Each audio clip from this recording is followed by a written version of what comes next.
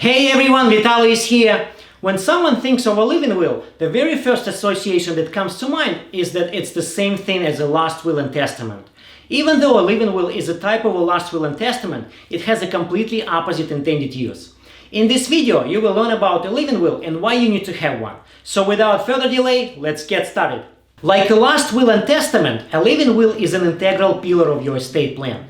If you already have your last will in place, that's great. You now can have this peace of mind knowing that your wishes will be carried out. But you also need to be aware of that a last will and testament and a living will are two different documents. Your last will names legal guardians for your minor children and outlines who will get your assets and how they will be distributed after your death. A living will, on the other side, has no power after death, hence the name living. It also has nothing to do with your financial assets. So what is it then, and what is it used for? A living will is a legal document that spells out your wishes and provides clear instructions for doctors and medical caregivers for potential end-of-life medical treatment if you are unable to communicate for yourself. It is usually applicable when a person is terminally ill or in an unconscious state, such as from a car or any other accident. Now that you know the difference between a last will and a living will, let's see what exactly a living will can do for you. First and foremost, you can list your medical care preferences for the potential 3 situations in which you are unable to communicate for yourself. Situation number 1, a terminal condition. A terminal condition is a condition where you are generally expected to die within 6 months and have no hope of recovery. Situation number 2, a permanent unconscious state, like in a coma. And situation number 3, a vegetative state. A vegetative state is a condition in which you are still alive but unable to move or speak, with no hope of recovery. In general, for each of these 3 potential situations, you can have 3 care options to choose from. Care option number 1, keep you alive and support. Care option number 2, artificially administer food and water. And care option number 3, prolong your life with comfort and care. Of course, you don't have to be limited to these options only and can provide additional care and instructions. To summarize really quick, a living will spells out medication and medical treatments you want or don't want to take to keep you alive when you become incapacitated. The list of medical procedures is very long and can cover such treatments as tube feeding, dialysis, mechanical ventilation, organ donations, and more. Before you make any decisions regarding your medical treatment, it's highly recommended to talk to your doctors and family members. A living will works only when you are alive but can't speak for you.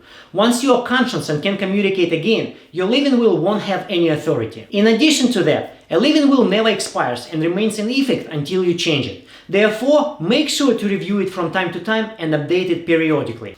Finally, a living will isn't a permission for your doctor to terminate your life by prescribing a certain medication. It would be illegal. As I mentioned, a living will is an instruction to your doctor what medical procedures he or she can or cannot provide. For example, if your living will explicitly states that you don't want tube feeding, then your doctor can stop tube feeding as per your instruction, neither more nor less. The laws governing living wills vary from state to state, so it's always good to talk to your estate planning attorney first.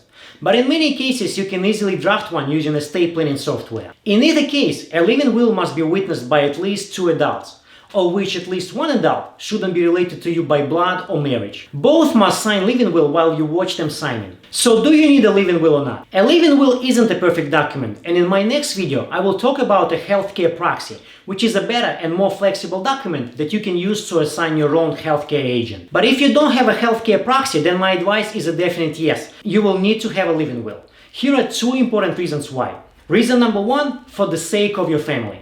By having a living will, you are protecting your family from making these unbearable decisions about your medical treatment. Reason number 2, financial cost of inaction is too big to ignore it. Without a living will, doctors and hospitals are legally required to fight for your life and keep you alive at whatever cost. And to them, it doesn't matter whether you are permanently incapacitated or not. For example, one can stay in coma indefinitely, and the family would need to cover the cost of such care. With intensive care costs varying up to $10,000 a day, it's no wonder that even a wealthy family can easily go bankrupt. By adopting a living will and spelling out your medical wishes, you can protect your estate and as a result, protect the financial future of your family. Having a living will is a very important step in your end-of-life planning. I highly encourage you to create one as soon as possible. Not only will it provide guidance to your family members and medical personnel about your medical care, but can also protect and preserve your estate for your heirs. Alright, that's it for now. If you liked my video, please hit the like button down below and subscribe to my channel. Also, if you have any questions for me, please feel free to reach out. Thanks and see you on the next one.